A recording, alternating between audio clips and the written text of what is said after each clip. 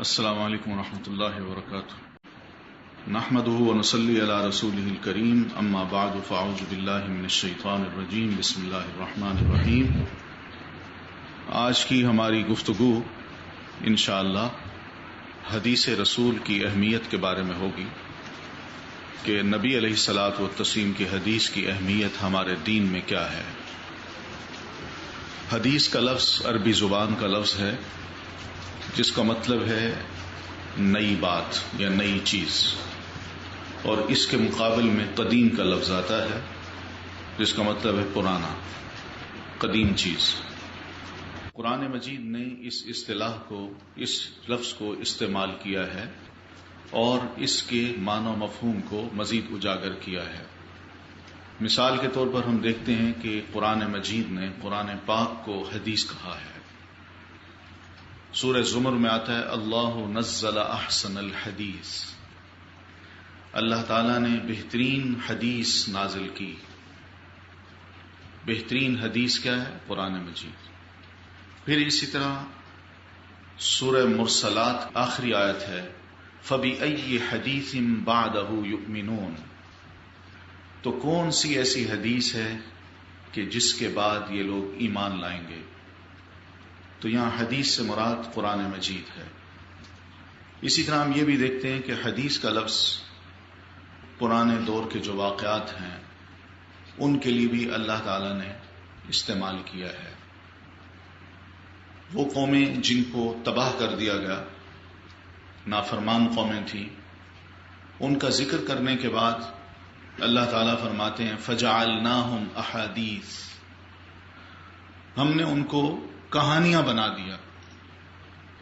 یعنی وہ قومیں جن کا ذکر ان کے دور میں بڑے فخر سے کیا جاتا تھا، اب ان کی حالت یہ ہے کہ نہ ان کا وجود ملتا ہے، نہ ان کے شہر ملتے ہیں، نہ ان کی آبادیاں ملتی ہیں، بلکہ لوگوں کی زبانوں پر ان کی کہانیاں ہیں کہ ایسے لوگ تھے، ایسی قوم تھی، اتنی ترقی یافتہ قوم تھی۔ فَجَعَلْنَاهُمْ أَحَادِيث، تو ہم نے ان کو قصہ پارینہ بنا دیا۔ تو قرآن مجید نے بھی اس لفظ کو استعمال کیا ہے، لیکن دین کی اصطلاح میں حدیث کا لفظ نبی علیہ الصلاۃ والتسلیم کے جو الفاظ ہیں، جو آپ کے کام ہیں، جو آپ کی اپروولز ہیں، جو آپ کے اخلاق ہیں، آپ کا کردار ہے، آپ کے فیچرز ہیں، ان سب کے لیے بولا جاتا ہے۔ یہ لفظ کیوں بولا گیا؟ کس نے اس کو استعمال کیا سب سے پہلے؟ تو ہم یہ دیکھتے ہیں کہ صحیح بخاری کی کتاب العلم میں ایک حدیث ہے جس میں سیدنا ابو ہریرہ رضی اللہ تعالیٰ عنہ فرماتے ہیں کہ میں نے اللہ کے رسول صلی اللہ علیہ وسلم سے یہ سوال کیا، تو اس سوال کا جواب دینے سے پہلے اللہ کے رسول مجھے فرماتے ہیں کہ ابو ہریرہ، مجھے اس بات کا علم تھا کہ تم میری حدیث کے بارے میں زیادہ حریص ہو۔ یہ آپ کے لفظ ہیں کہ تم میری حدیث کے بارے میں سب سے زیادہ حریص ہو۔ پھر آپ نے ان کے سوال کا ان کو جواب دیا۔ تو اس سے پتہ یہ چلتا ہے کہ نبی علیہ الصلاۃ والتسلیم نے اپنی گفتگو کو، اپنے عمل کو، اپنے کردار کو کون سا لفظ دیا ہے؟ حدیث۔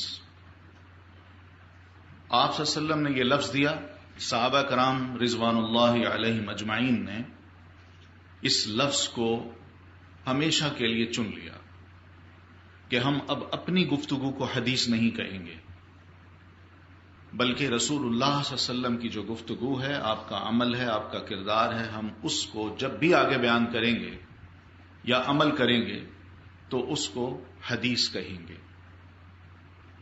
ورنہ عربی زبان میں حدیث گفتگو کو بھی کہتے ہیں۔ میں آپ سے گفتگو کروں، اس کو حدیث کہتے ہیں۔ کوئی کسی سے گفتگو کرے، اس کو حدیث کہتے ہیں۔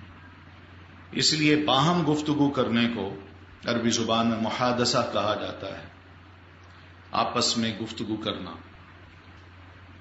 نبی صلی اللہ علیہ وسلم اللہ کے رسول تھے۔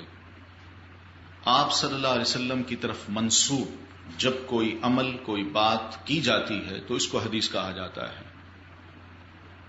ما اضیف الی النبی صلی اللہ علیہ وسلم.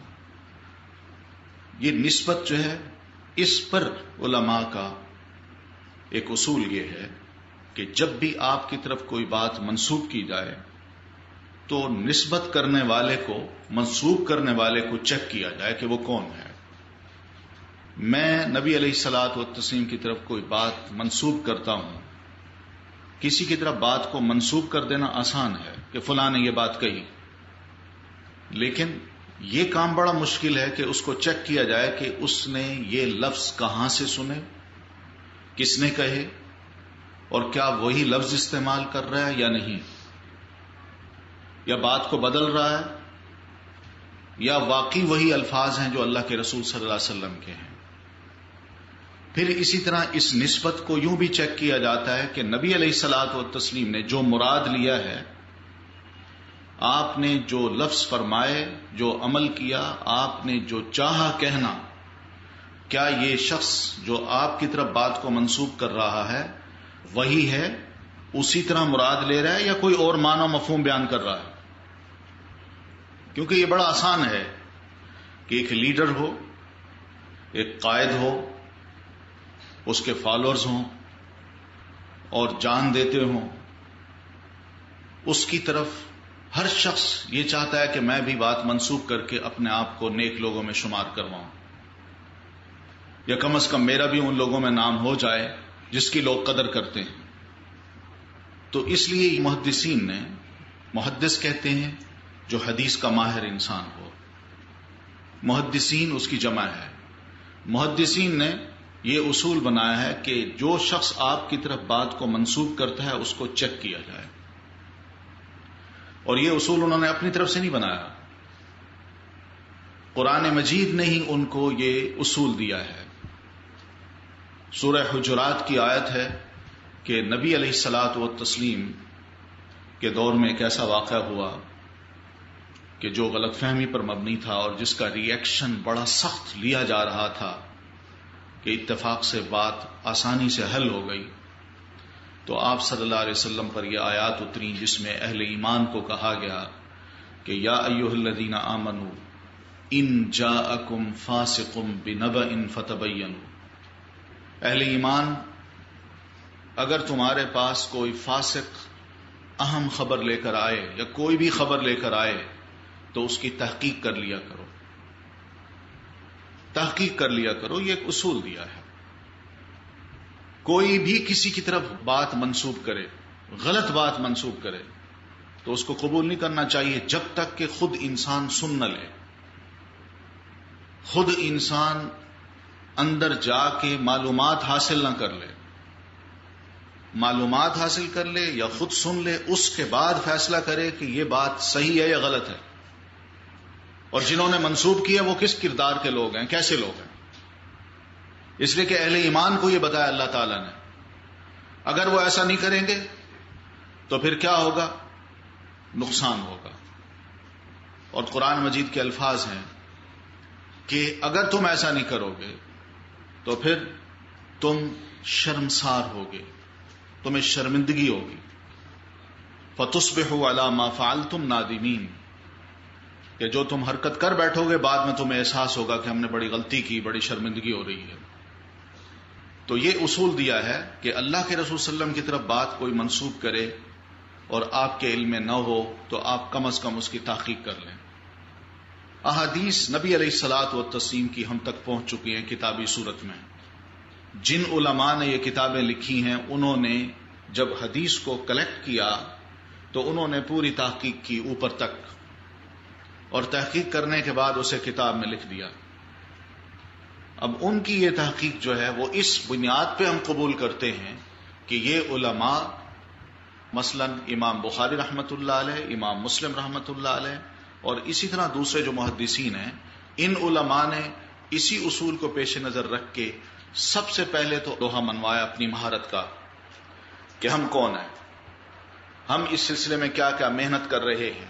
ہم نے ساری عمر لگا دی، ہم نے یہ علم پڑھا، سیکھا، مختلف علماء کے پاس گئے، اور دنیا بھر میں جہاں کہیں بھی علماء کے پاس ہمیں حدیث محسوس ہوئی کہ ان کے پاس ہے، ہم پیدل چل کے گرمی، سردی، تھکاوٹ سب کچھ برداشت کر کے لمبے سفر کر کے ہم گئے ہیں اور ہم نے جا کے ان سے یہ حدیث لی، اس کو یاد کیا، اس کو لکھا اور اس کے بعد اس کتاب کو لکھ کے ہم امت کے لیے پیش کر رہے ہیں۔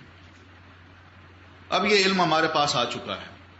اب وہ بات نہیں ہو سکتی کہ ہم یہاں بیٹھے نبی علیہ الصلوۃ والتسلیم کی کوئی حدیث لیں اور پھر اس کی تحقیق کرنے لگ جائیں کہ تمہیں کس نے سنائی، اس کو کس نے سنائی، اس کو کس نے سنائی۔ اب یہ ضرورت نہیں ہے، اس لیے کہ یہ علم اب کتاب میں آ چکا ہے۔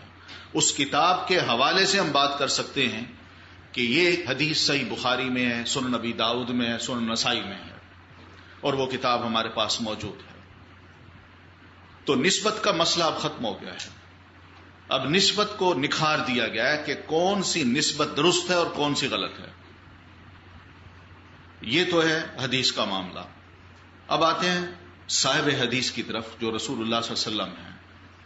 اللہ کے رسول صلی اللہ علیہ وسلم ایک انسان تھے، 40 برس آپ نے مکہ میں گزارے اور آپ امی تھے، آپ لکھنا پڑھنا نہیں جانتے تھے، اور 40 برس اس بات کی شہادت دیتے ہیں، لوگ اس بات کے شاہد ہیں، زمانہ ہے، افراد ہیں، علاقہ ہے، آپ کے رشتہ دار ہیں، دوست ہیں، احباب ہیں، سب اس بات کی شہادت دیتے ہیں کہ اللہ کے رسول صلی اللہ علیہ وسلم نے 40 برس تک نہ اپنے ہاتھ میں قلم لیا، نہ کاغذ سامنے رکھا، نہ لکھا، نہ کسی استاد کے آگے بیٹھے، نہ کہیں پڑھنے گئے، نہ کبھی کتاب کھولی۔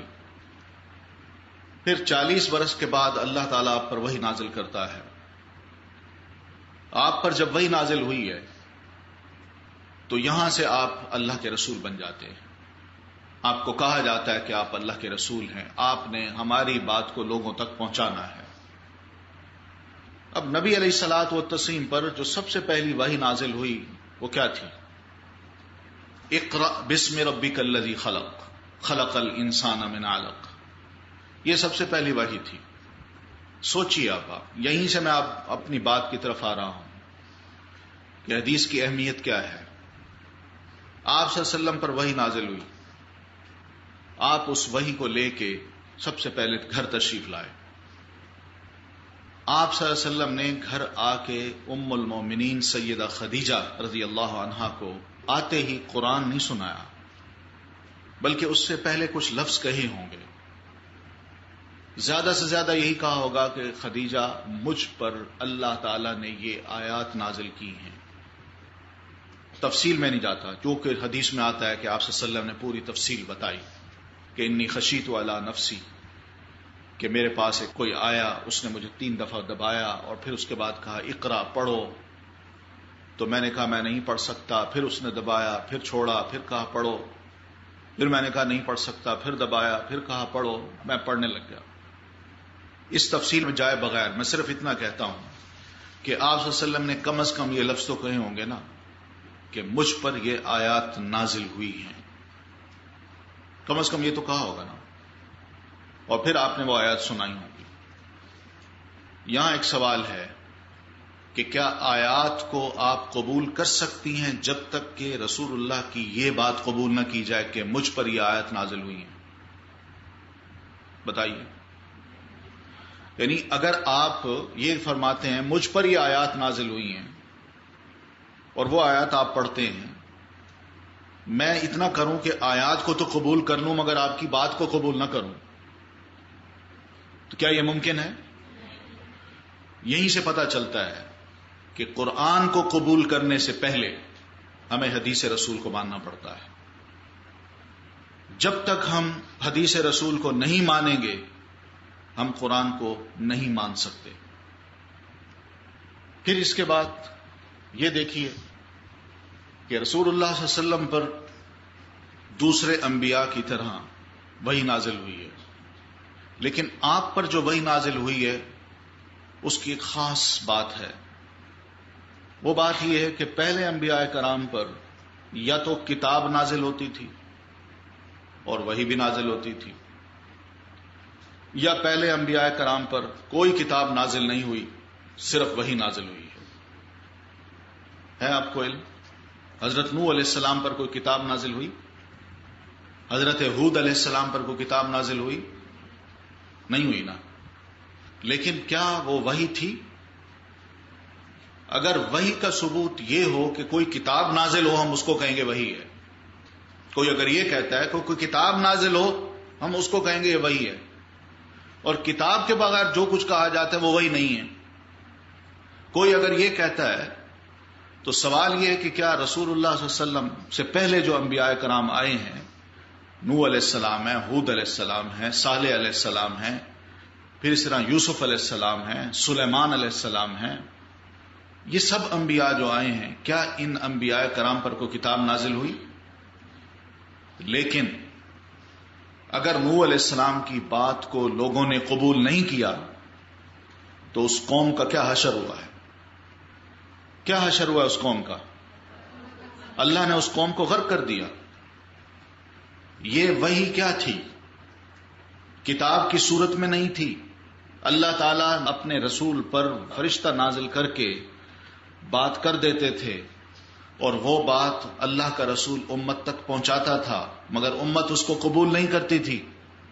اور نتیجہ یہ نکلا، قوم ثبوت اسی طرح تباہ ہوئی، قوم عاد اسی طرح تباہ ہوئی، اور قوم نوح بھی اسی طرح تباہ ہو گئی، قوم لوط بھی اسی طرح تباہ ہوئی. اس کی وجہ کیا تھی؟ حدیث کا انکار، کہ ہم نہیں مانتے، آپ جو کہہ رہے ہیں ہم نہیں مانتے. نبی علیہ الصلوۃ والتسلیم پر دونوں طرح کی وحی نازل ہوئی ہے. آپ پر کتاب بھی نازل ہوئی، اور آپ صلی اللہ علیہ وسلم پر وحی دوسری بھی نازل ہوئی، جس کو وحی خفی کہتے ہیں. اس وحی خفی کو جس نے نہیں مانا، اس کا کیا حشر ہوا؟ آپ صلی اللہ علیہ وسلم نے لوگوں کو جمع کیا، یا عبد مناف، او عبد مناف آؤ، یا بنی ہاشم، یا بنی فلاں، یا بنی فلاں. آپ نے سب کو بلایا. پہاڑی خطبہ جو آپ نے دیا تھا، اس میں آپ نے لوگوں کو قرآن کی آیات نہیں سنائی تھی. آپ نے صرف اتنا کہا تھا کہ میں اگر تمہیں یہ بتاؤں کہ اس پہاڑی کے پیچھے دشمن آ رہا ہے تم پر حملہ کرنے، تو کیا تم میری بات کو قبول کرو گے، اس کو سچ سمجھو گے؟ تو سب نے کیا جواب دیا تھا، جس میں آپ کا چچا بھی موجود ہے؟ سب نے یہی کہا تھا کہ ما جربنا علیک الا صدقا، کہ ہمارا تجربہ آج تک یہی رہا ہے کہ جب بھی تم نے کوئی بات کہی ہمیشہ سچی کہی، اس لیے اب بھی تم جو بات کہو گے ہم ماننے کو تیار ہیں. تو آپ نے اس موقع پر قرآن مجید کی آیات پڑھے بغیر صرف اتنا فرمایا، میں پھر تمہیں دعوت دیتا ہوں اس بات کی کہ قولوا لا الہ الا اللہ، کہ میرا کہنا مانو اور یہ کلمہ پڑھ لو، لا الہ الا اللہ محمد الرسول اللہ، کہ اللہ کے علاوہ کوئی معبود برحق نہیں اور محمد صلی اللہ علیہ وسلم اللہ کے رسول ہیں. اس کا فائدہ یہ ہوگا کہ میں سچ تمہیں بتا رہا ہوں کہ تفلحو، تم کامیاب ہو جاؤ گے، وتملک العرب والعجم، اور عرب و عجم کے مالک بن جاؤ گے. تم چھوٹی سی ریاست میں ہو، اس کی حیثیت ہی کیا ہے؟ تم کلمہ پڑھو، دیکھو تو صحیح، پوری دنیا تمہارے قدموں کے نیچے آ جائے گی. آپ نے یہ لفظ فرمایا. اسی موقع پر ہم جانتے ہیں کہ ابو لہب نے نبی علیہ الصلوۃ والتسلیم کو کیا کہا تھا. آپ کا چچا ہے، اور اسی نے آپ کی اس دعوت کو نگیٹ کرنے کے لیے، ریجیکٹ کرنے کی یہ لفظ استعمال کیے، تبا لک یا محمد الہذا جماعتنا. محمد صلی اللہ علیہ وسلم، تمہارے دونوں ہاتھ ٹوٹ جائیں، تم نے اسی مقصد کے لیے ہمیں یہاں جمع کیا تھا. بس اس نے یہ لفظ کہے ہیں. اس سے کیا پتہ چلتا ہے؟ کہ اس نے اللہ کے رسول صلی اللہ علیہ وسلم کی بات کو ماننے سے انکار کیا. اور اگر وہ انکار کرتا ہے تو پھر سورہ لہب کس کے لیے نازل ہوئی ہے؟ یہ اسی شخص کے لیے نازل ہوئی ہے جو حدیث کا انکار کرتا ہے، جس نے یہ کہا کہ میں تمہاری بات کیا سنوں، تمہارے دونوں ہاتھ ٹوٹ جائیں، تم نے ہمیں اس لیے یہاں جمع کیا تھا. تو اللہ تعالیٰ نے اس کے لیے سورہ لہب نازل کی اور فرمایا تبت یدا ابی لہب وتب. محمد صلی اللہ علیہ وسلم کے ہاتھ نہیں ٹوٹیں گے بلکہ اس کے ہاتھ ٹوٹیں گے، یہی برباد ہوگا. اس کا مال، اس کی اولاد اور اس کا کمایا ہوا کوئی فائدہ نہیں دے گا. یہ قرآن مجید ہمیں کیا سمجھا رہا ہے؟ کہ وحی رسول کا انکار اللہ کے عذاب کو دعوت دینے والی بات ہے، اور نبی صلی اللہ علیہ وسلم کی جو حدیث ہے اس کا انکار وہ بھی اللہ کے غضب کو بھڑکانے کی بات ہے. یہ سوال ہی پیدا نہیں ہوتا کہ ہم قرآن مجید کو حدیث کے بغیر سمجھ سکیں، اور اللہ کے رسول صلی اللہ علیہ وسلم جو حدیث ارشاد فرمائے ہم کہیں کہ قرآن اس کے خلاف ہے. جس پر وحی نازل ہو، قرآن نازل ہو، کیا وہ قرآن کے خلاف کوئی بات کہہ سکتا ہے؟ قرآن کے خلاف کوئی بات کر سکتا ہے؟ قرآن کے کہے کے مطابق عمل نہ کرے بلکہ اس کے خلاف عمل کرے؟ یہ ممکن ہے؟ یہ ہماری سوچ ہے. نبی صلی اللہ علیہ وسلم نے کوئی ایسا کام نہیں کیا. آپ نے جو کچھ کیا وہ قرآن کے عین مطابق کیا. آپ نے جو کچھ ارشاد فرمایا وہ قرآن مجید کی عین تفسیر تھی. آپ کے جو اخلاق تھے، آپ کا کردار تھا، اس کی شہادت ام المومنین نے دی. صحابہ نے پوچھا تھا نا کہ ام المومنین ہمیں یہ بتائیے کہ نبی علیہ الصلوۃ والتسلیم کے اخلاق کیسے تھے. تو ام المومنین نے یہی جواب دیا تھا کہ کان خلقہ القرآن. نبی علیہ الصلوۃ والتسلیم کے اخلاق، اگر اس کی سچی تصویر دیکھنا چاہتے ہو تو قرآن پڑھ لو. قرآن جو کہتا تھا اللہ کے رسول صلی اللہ علیہ وسلم ویسا ہی کرتے تھے. تو نبی علیہ الصلوۃ والتسلیم کبھی بھی قرآن کے خلاف کوئی بات نہیں کر سکتے، نہ عمل کر سکتے ہیں. یہ ہماری سوچیں ہیں. آج کل لوگوں کے ذہنوں میں یہ سوچیں آ گئی ہیں کہ کچھ آپ کے عمل ایسے ہیں، کچھ آپ کی گفتگو ایسی ہے جو قرآن کے خلاف ہے. آپ کی گفتگو نہیں ہو سکتی. اصل میں جو لوگ یہ بات کرتے ہیں ان کے یہاں پر کچھ خرابی ہے. قرآن و حدیث میں خرابی نہیں ہے. خرابی جو بات کرنے والے ہیں ان کے دماغ میں ہے. اب آئیے دوسری طرف، نبی علیہ الصلوۃ والتسلیم نے جو کچھ فرمایا اس کو بھی دیکھیے. اس کی بھی تھوڑی سی ڈویژن ہے. وہ اس طرح ہے کہ ایک انسان ہونے کے ناطے سے نبی علیہ الصلوۃ والتسلیم سب وہ کچھ کرتے تھے جو ایک انسان کرتا ہے. مثال کے طور پر میں بولتا بھی ہوں، میں کچھ عمل بھی کرتا ہوں. عمل کی زبان نہیں ہوتی. ہر کوئی کام کرتا ہے تو کام کی زبان نہیں ہوتی. کام لوگ دیکھتے ہیں اور جو لفظ ہوتے ہیں وہ لوگ سنتے ہیں. جو لفظ سنتے ہیں وہ ان الفاظ کو بیان کرتے ہیں. جو کسی کے کام کو دیکھتے ہیں وہ اپنے لفظوں سے اس کے کام کو آگے بیان کرتے ہیں کہ میں نے فلاں کو دیکھا وہ جا رہا تھا، میں نے فلاں کو دیکھا وہ آ رہا تھا. اس طرح جو کچھ کرتے ہوئے کسی دوسرے کو دیکھا دوسرے نے اپنے لفظوں میں بیان کر دیا. پھر اسی طرح آپ صلی اللہ علیہ وسلم انسان ہونے کے ناطے سے آپ کے سامنے کچھ کام ایسے ہوتے تھے جیسے بزرگوں کے سامنے ہوتے ہیں. آپ جب دیکھتے کہ یہ کام درست ہے تو آپ خاموش رہتے تھے، لیکن جہاں آپ محسوس کرتے کہ یہ کام غلط ہے تو آپ فوراً ہی اس کو روک دیتے تھے اور اس کو ٹھیک کرتے تھے. پوچھتے تھے کہ یہ کیوں کیا.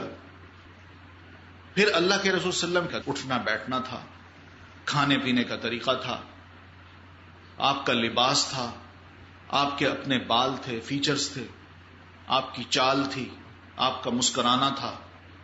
یہ سب چیزیں حدیث میں آتی ہیں. حدیث کو صرف یہ مت سمجھیے کہ نبی علیہ الصلوۃ والتسلیم کے الفاظ ہوتے ہیں حدیث میں، اس کے علاوہ کچھ نہیں ہوتا.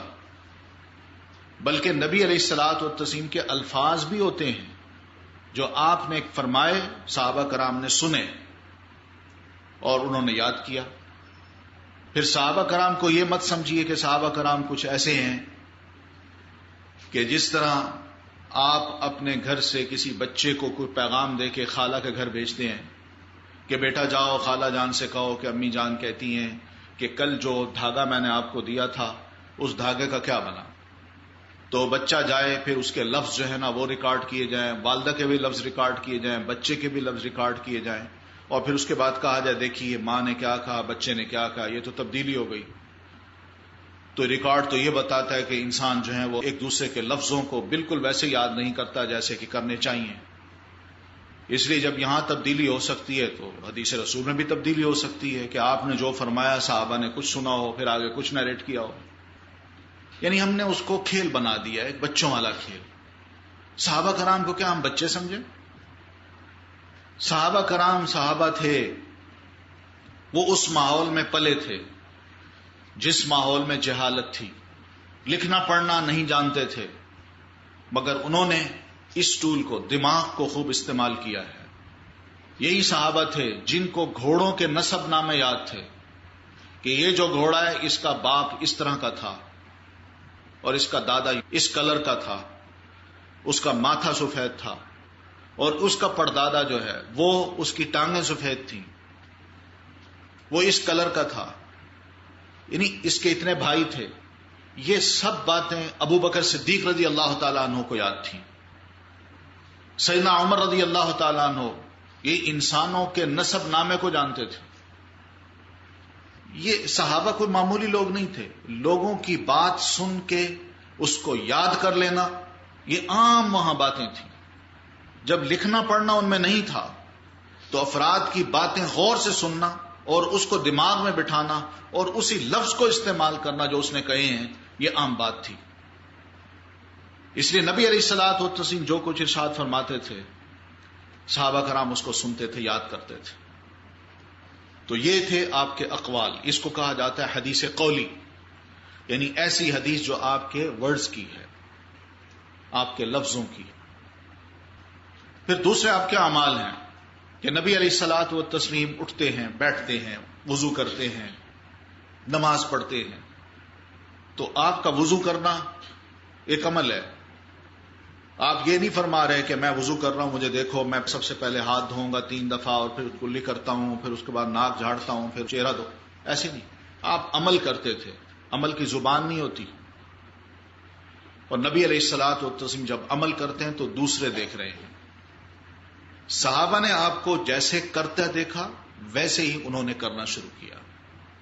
یہ بھی حدیث تھی، یعنی یہ نہیں تھا کہ آپ صلی اللہ علیہ وسلم کا عمل ہے، ہمیں کیا ضرورت ہے اس کو کرنے کی۔ صحابہ کرام نے جس طرح نبی علیہ الصلوۃ والتسلیم کو کوئی عمل کرتے دیکھا، صحابہ کرام نے ویسا ہی عمل شروع کیا، اس لیے کہ اس کا نام بھی اطاعت ہے۔